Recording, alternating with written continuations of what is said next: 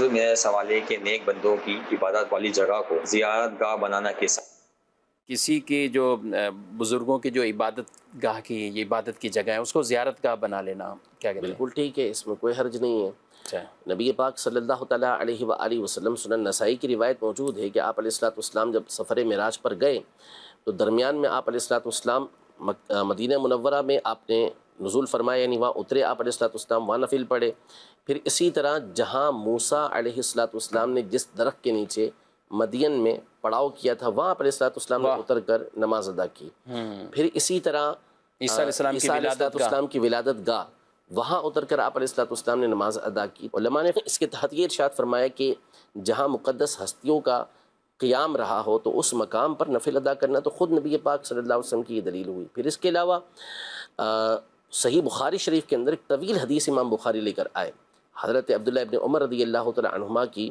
کہ جس میں آپ جب سفر اختیار کرتے تو اس راستے سے آپ سفر اختیار کرتے مدینہ منورہ سے مکہ مکرمہ کی طرف اور مکہ مکرمہ سے مدینہ منورہ کی طرف، جو نبی پاک صلی اللہ علیہ وسلم نے جہاں سے سفر اختیار کیا تھا، اور آپ ہر اس مقام پر کہ جہاں نبی پاک صلی اللہ تعالیٰ علیہ وسلم نے پڑاؤ کیا تھا ٹھہرے تھے وہیں آپ پڑاؤ کرتے اسی مقام پر، اور پھر اس کے بعد اس جہاں آپ علیہ السلام نے نماز پڑھی تھی وہیں نماز پڑھ۔ کمال ہے، سبحان اللہ۔ بلکہ صحیح بخاری شریف کے اندر یہ حدیث پاک موجود ہے کہ عبداللہ ابن عمر رضی اللہ تعالی عنہما جب مکہ مکرمہ آتے، کعبے کے اندر داخل ہوتے، تو آپ نے حضرت بلال رضی اللہ عنہ سے پوچھا تھا کہ حضور پاک صلی اللہ علیہ وسلم نے کہاں نماز ادا کی تھی، تو حضرت بلال نے بتایا کعبے کے اندر جو کعبے کے اندر کہاں نماز ادا کی تھی، کیونکہ حضرت ابن عمر رضی اللہ تعالی عنہما اندر داخل نہیں ہو سکے تھے جس وقت حضور پاک صلی اللہ علیہ وسلم گئے تھے، تو اندر حضرت بلال، حضرت جو ہے فضل بن عباس، حضرت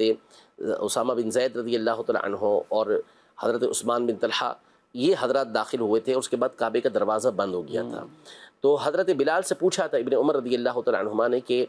کہاں نبی پاک صلی اللہ علیہ وسلم نے نماز پڑھی، تو انہوں نے بتایا کہ آگے کی طرف جا کے جو بائیں طرف جو تھی ان دو ستونوں کے درمیان آپ علیہ السلام نے نفل ادا کیے تھے۔ تو ابن عمر رضی اللہ تعالی عنہما، یہ صحیح بخاری شریف کے اندر موجود ہے کہ جب بھی کعبے میں داخل ہوتے تو سیم اسی جگہ پر آ کے نماز پڑھتے اور فرماتے کہ کعبے کے کسی بھی مقام پر چاہے نماز پڑھ سکتے ہیں، اندر داخل ہو گئے تو کسی بھی جگہ پہ نماز پڑھ سکتے ہیں، لیکن میں ادھر ہی پڑھتا ہوں۔ کیا بات ہے، یعنی نبی پاک صلی اللہ علیہ وسلم اور یہ ایک نہیں، اس کے علاوہ اور بھی بہت ساری صحابہ کرام علیہم رضوان کا عمل موجود ہے کہ وہ مقام کے جہاں نبی پاک صلی اللہ علیہ وسلم بالخصوص تشریف فرما ہوئے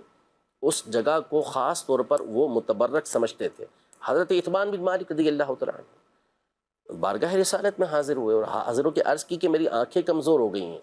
میں لوگوں کو نماز پڑھاتا ہوں، درمیان میں نالا بہتا ہے،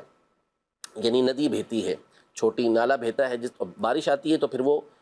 پانی بڑھ جاتا ہے تو میں پہنچ نہیں پاتا، تو میں چاہتا ہوں کہ آپ میرے گھر تشریف لائیں اور نماز ادا کریں، اور میں اس جگہ کو نماز پڑھنے کی جگہ بنا لوں۔ حضور پاک صلی اللہ علیہ وسلم نے نہیں فرمایا کہ یہ کیا کر رہے ہو، نماز تو کسی بھی جگہ پڑھ سکتے ہو، فرمایا میں ضرور ایسا کروں گا انشاءاللہ۔ پھر دوسرے دن نبی پاک صلی اللہ علیہ وسلم تشریف لے کر گئے، حضرت ابوبکر اور حضرت عمر رضی اللہ تعالی عنہما ساتھ تھے، اور ان کے گھر میں پوچھا حضور پاک صلی اللہ علیہ وسلم داخل ہو کر کہ کہاں نماز پڑھو، کہاں پسند کرتے، پھر انہوں نے بتایا تو اس جگہ پہ جا کے نبی پاک صلی اللہ علیہ وسلم نے نماز ادا کی، اور اس کو پھر عتبان بن مالک رضی اللہ تعالی عنہ نے اپنی نماز کی جگہ بنا لی۔ اسی طرح مقام ابراہیم کو لے لیں،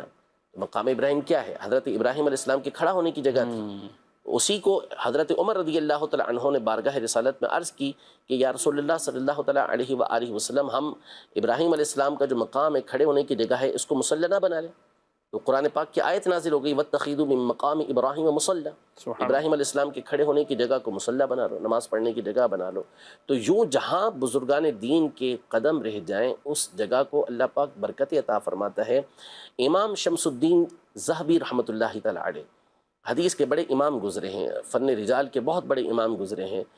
748 سنہ ہجری میں وفات پائی ہے۔ سیر عالم النبلاء میں ایک واقعے کے تحت ارشاد فرماتے ہیں، حضرت معروف کرخی رحمۃ اللہ تعالی علیہ کے مزار پر دعائیں قبول ہوتی تھیں، یہ تاریخ بغداد میں، اور بغداد والوں کا یہ معمول ذکر کیا گیا ہے کہ وہ وہاں جا کے دعائیں کرتے تھے۔ تو اس کی وجہ امام ذہبی یہ بیان فرماتے ہیں، اس لیے کہ اللہ کے نیک بندے جہاں پر ہوتے ہیں وہ اللہ کی رحمت نازل ہوتی ہے، اب وہاں دعا کریں گے تو دعا قبول ہوتی ہے۔ ہنالک دعا زکریا ربا، حضرت زکریا علیہ السلام نے بھی جب دیکھا کہ اللہ کی خاص رحمت نازل ہو رہی ہیں، تو وہاں جا کے حالانکہ مریم رضی اللہ تعالیٰ عنہ سے افضل ہیں، لیکن اس کے باوجود وہاں پہ جا کے دعا کرو۔ سبحان اللہ، سبحان اللہ۔